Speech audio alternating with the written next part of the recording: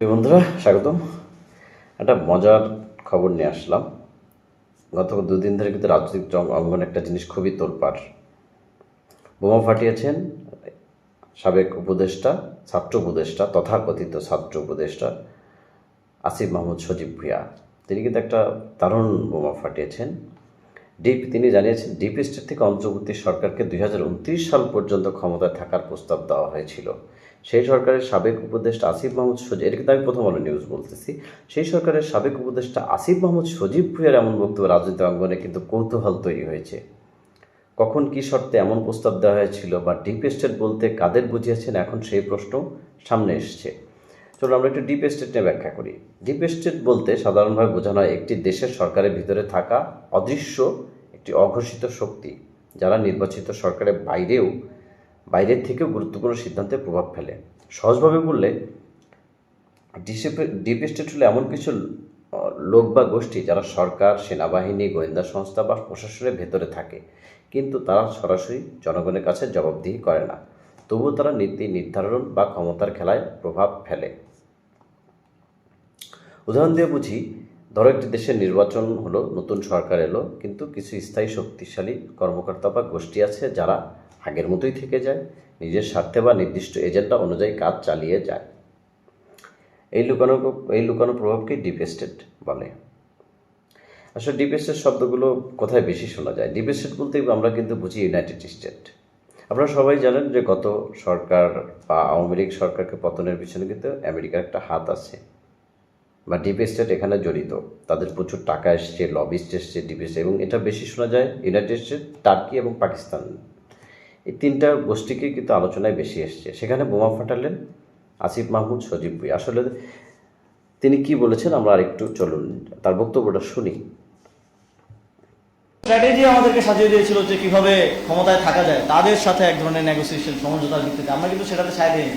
সাংবিধানিক ধারাবাহিকতা যদি রক্ষা করতে যাই তাহলে তো নির্বাচনটা 29 সালে হওয়ার কথা। এবং আমরা যখন সরকারের দায়িত্ব ছিলাম, শুরুর দিকে আমাদেরকে বিভিন্ন শক্তিশালী ইনস্টিটিউশন, শক্তিশালী যাদেরকে আসলে ডিপ স্টেট বলা হয়, তাদের থেকে আমাদেরকে অফার করা হয়েছিল যে আপনারা শেখ হাসিনার যে মেয়াদ আছে 2029 সাল পর্যন্ত, সেটা শেষ করেন, আপনারা শেষ করেন, আমরা আপনাদেরকে সহযোগিতা করি। তাদের সার্টেন কিছু শর্ত ছিল যে তাদেরকে কিছু কিছু জায়গায় ফ্যাসিলিটেট করা, এবং তারা পুরো রোডম্যাপও করে নিয়ে এসেছিল যে বিএনপি নেতাদের তো সাজা আছে, তো সাজা থাকলে সাধারণভাবে নির্বাচন দিলেও তারা নির্বাচন করতে পারবে না। তো তাদের সাজাগুলো না করে আদালতের মাধ্যমে এগুলো লেংদি করে, আপনারা তো জানেন সেটা কীভাবে করা যায়। আদালতের ডেট ঘুরিয়ে ঘুরিয়ে তারেক রহমানের নিজের নামেও সাজা ছিল, সে যদি সাজাপ্রাপ্ত অবস্থায় থাকতো নির্বাচন হলেও তিনি বাংলাদেশের নির্বাচন অংশগ্রহণ করতে পারতেন না।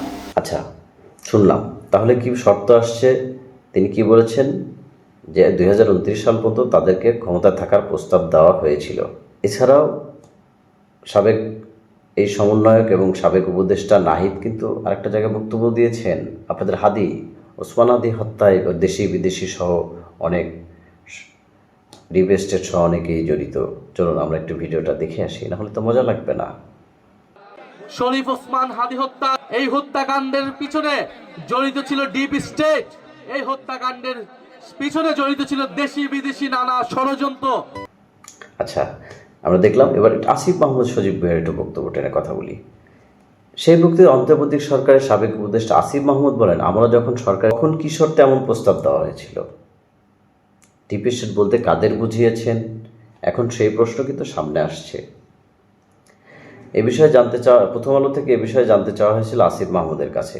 গত শুক্রবারে প্রথম আলোকে বলেন, ডিপ স্টেটে বৈদেশিক সহ অনেকগুলো পক্ষ ছিল, তাই সুনির্দিষ্ট করে কারোর নাম আমি উল্লেখ করতে চাই না।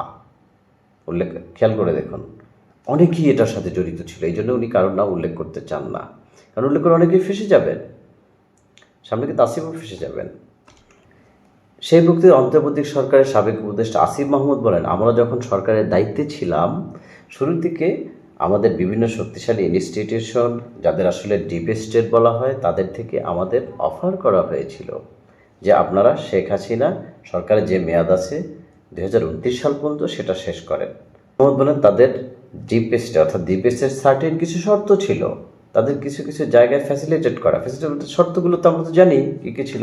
বন্দর বিক্রি করে দেওয়া, আপনার সেন্ট মার্টিন দেয়া, এবং নির্বাচনটাকে লেন্দি করা। এবং উনি কিন্তু এটাও বলেছেন যে তারেক রহমানের সহ বিএনপির তো অনেকের তো মামলা আছে, তা আমরা সেটাকে কীভাবে লেন্দি করা যায়, দীর্ঘায়িত করা যায়, আমরা সেটা করব, এটা কিন্তু উনি পরিষ্কার করেছেন। তাহলে বুঝতে পারছেন আসলে ডিপ স্টেটের খেলা চলমান ছিল। ডিপ স্টেটের মাধ্যমে ক্ষমতায় আসছে, কিন্তু শেষ পর্যন্ত দেশি বিদেশি অন্য কিছু চাপে, বিশেষ করে ইন্ডিয়া এবং আরও কিছু দেশের চাপে শেষ পর্যন্ত তারা নির্বাচন দিতে বাধ্য হয়। তাছাড়া তারা যেত না, কারণ না যাওয়ার জন্য হাদি হত্যা, আপনার মব সৃষ্টি করে বাউলদের চুল কেটে দেওয়া, গান বন্ধ করে দেওয়া, বাজারে আক্রমণ, হত্যাকাণ্ড, দীপু দাসকে হত্যা এবং সারা দেশে মবের রাজত্ব কায়েম করা। আপনাদের কি মনে হয় এগুলো নির্বাচন দেওয়ার জন্য?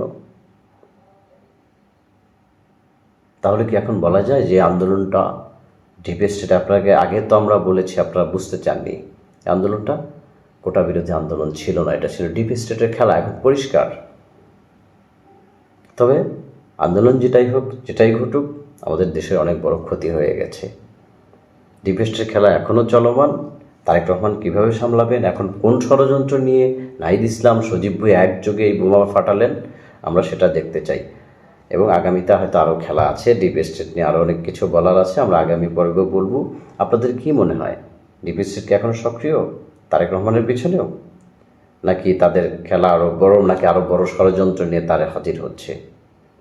ধন্যবাদ, ভালো থাকবেন এবং কমেন্টস করে জানাবেন। মুক্তিযুদ্ধের সপক্ষের মানুষ হিসেবে আপনাদের কাছে আবদার, আমি নতুন মানুষ, নতুন চ্যানেল, যারা দেখছেন এবং যারা দেখবেন আমার ভিডিওটা একটা সাবস্ক্রাইব করে